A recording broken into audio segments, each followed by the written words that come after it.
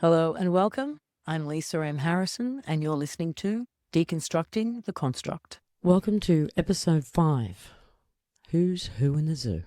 I'm not claiming this is a definitive list by any means because I don't know what I don't know. So what I'm sharing with you is what I do know, either through my own personal experience or my communication with home. Firstly, this simulation operates on a very wide or broad frequency band. And we have 5 senses that allow us to interpret a very, very, very narrow frequency band within that. So we have the beings that we can sense, see, feel, touch, what we call physical. And some of those are the original heart-sourced beings from the construct who were transferred in here. Those for whom this simulation is all for and about. We have volunteers from outside who may or may not have had an experience in the original construct, but they volunteered to come into this simulation holding more of their memory, not all, or choosing to go to sleep until the right time in order to assist. People often ask, well, where are all the new babies coming from? And some of them are the volunteers, those special kids. Not all, but some. They're coming into this simulation in a way that we are comfortable and familiar with.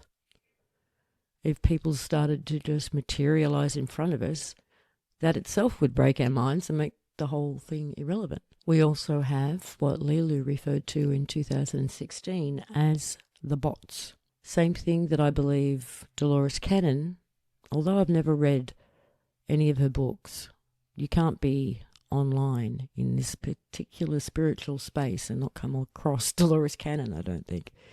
So I did come across her term background people or backdrop people. And I believe that's what she was referring to. Which later, I guess 2020, really became a meme with the term NPCs. I was shown not that long ago, 2023 or early 24, I believe, how bots come to be. I was shown that when a soul wants to come in, it actually looked like trying to get through an asteroid belt, kind of dodging and weaving in a race to connect with the body. And I saw that if a connection is not made, then the simulation itself downloads a program, downloads the personality.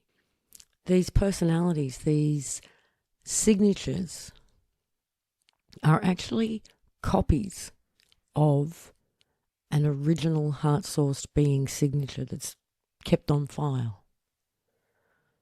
And these people believe they are real, as in have a soul, but they are actually programmable.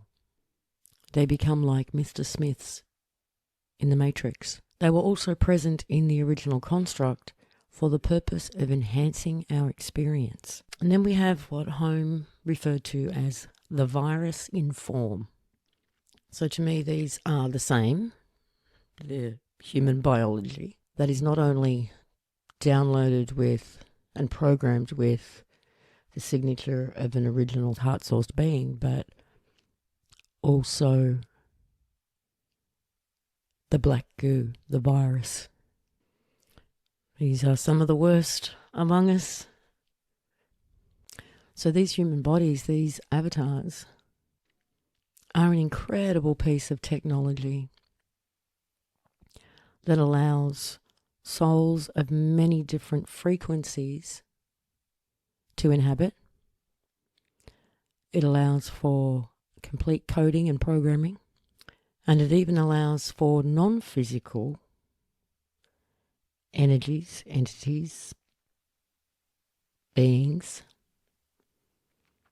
to inhabit. Then there's also physical beings here that are from the other realms that are hiding out, staying in seclusion, whether it's high up in mountains, whether it's beyond ice walls, whether it's underground, staying out of sight, at least for now. And then there's what we consider or refer to as more energetic beings.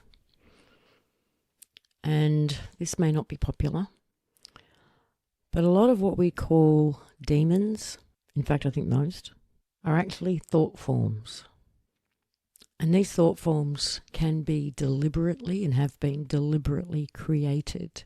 It's like coming up with a character for a story.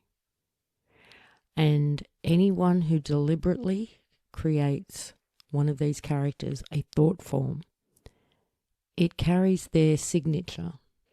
It carries the intention that was created for this character. For example, demons are created and connected to, through ritual, to a particular, let's say, singer, an artist, and a particular album, and all of the emotion, all of the energy, all of the joy or pain or whatever this demon was created to feed on, that is expressed through listening to the music, feeds the demon, which feeds the creator of it. Also, a lot of what we perceive as energetic beings are in fact physical, but they are just outside of our frequency range of perception.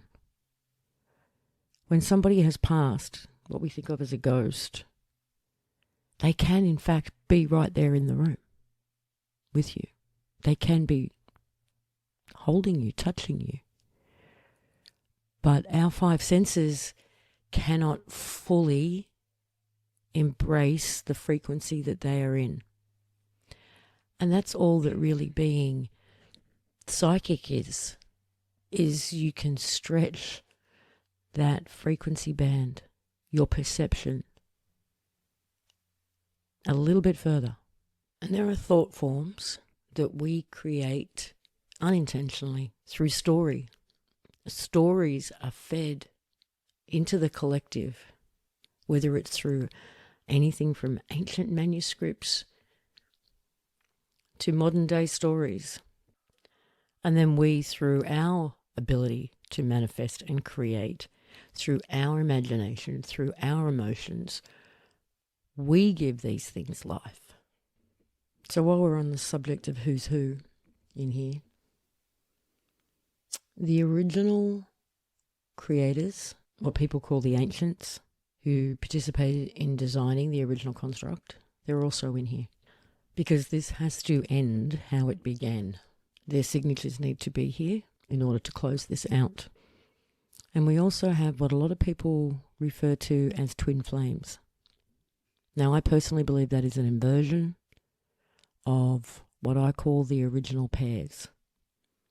Because the original construct was like a two-player game. You came in here in pairs.